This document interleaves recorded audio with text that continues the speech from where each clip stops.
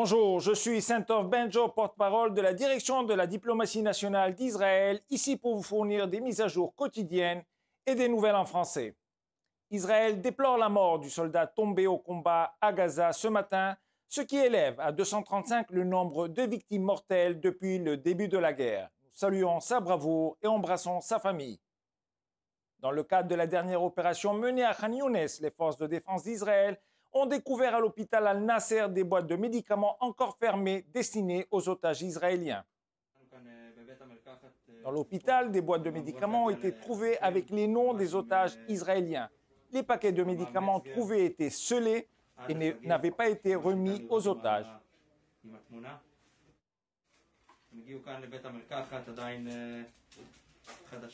Les soldats ont également trouvé des arsenals d'armes. Certains étaient cachés dans un véhicule utilisé par les terroristes du Hamas pour perpétrer le massacre du 7 octobre. Les forces de défense d'Israël ont également découvert un véhicule appartenant au kibbutz Nir Oz qui a probablement été volé. Un terroriste du Hamas capturé a admis lors d'un interrogatoire qu'une dizaine d'otages étaient détenus dans l'hôpital pendant la guerre.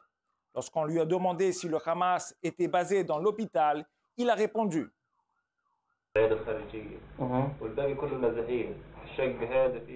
Il n'occupe qu'une petite partie de l'ophtalmologie externe et le reste est rempli de civils déplacés. Le Hamas occupe seulement les 3 chambres. » De son propre aveu, il a avoué que la base du Hamas se trouve au cœur de l'hôpital, une décision stratégique claire qui entoure les terroristes de boucliers humains.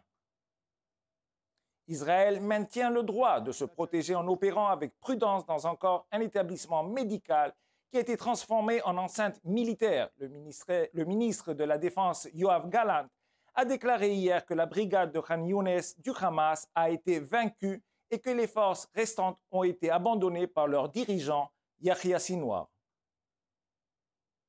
Personne ne leur vient en aide, ni les Iraniens, ni l'aide internationale. Selon Gallant, le chef gazaoui du Hamas est tombé dans la clandestinité depuis des semaines et le Hamas cherche à le remplacer. Outre l'avancée importante menée à Khan Younes, l'accent reste mis sur la ville de Rafah.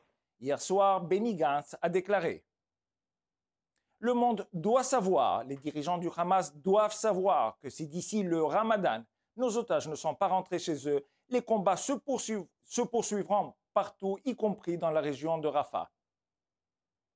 La voie de la victoire totale passe par Rafah. » Le Premier ministre Benjamin Netanyahu a abordé la question de la victoire sur le champ de bataille dans le respect du droit international. L'armée israélienne déploie des efforts qu'aucune autre armée n'a déployés pour éviter les pertes civiles. Aucune autre armée ne l'a jamais fait. Bien sûr, cela n'empêche pas la diffamation d'Israël. Cela n'empêche pas les horribles insultes, calomnies et mensonges qui sont lancés contre l'État juif et l'armée juive. L'un des signes les plus évidents de la victoire sera le retour en toute sécurité des résidents israéliens des communautés qui ont été attaquées le 7 octobre. Hier, le gouvernement a approuvé le fait que les personnes évacuées des communautés proches de Gaza puissent commencer à rentrer chez elles à partir du 1er mars. Israël attend avec impatience le retour tant attendu de tous les Israéliens déplacés de leur foyer, tant au sud qu'au nord. Comme toujours, nous sommes à votre disposition 24 heures sur 24 pour répondre à vos questions aux coordonnées indiquées à l'écran. Merci de votre attention.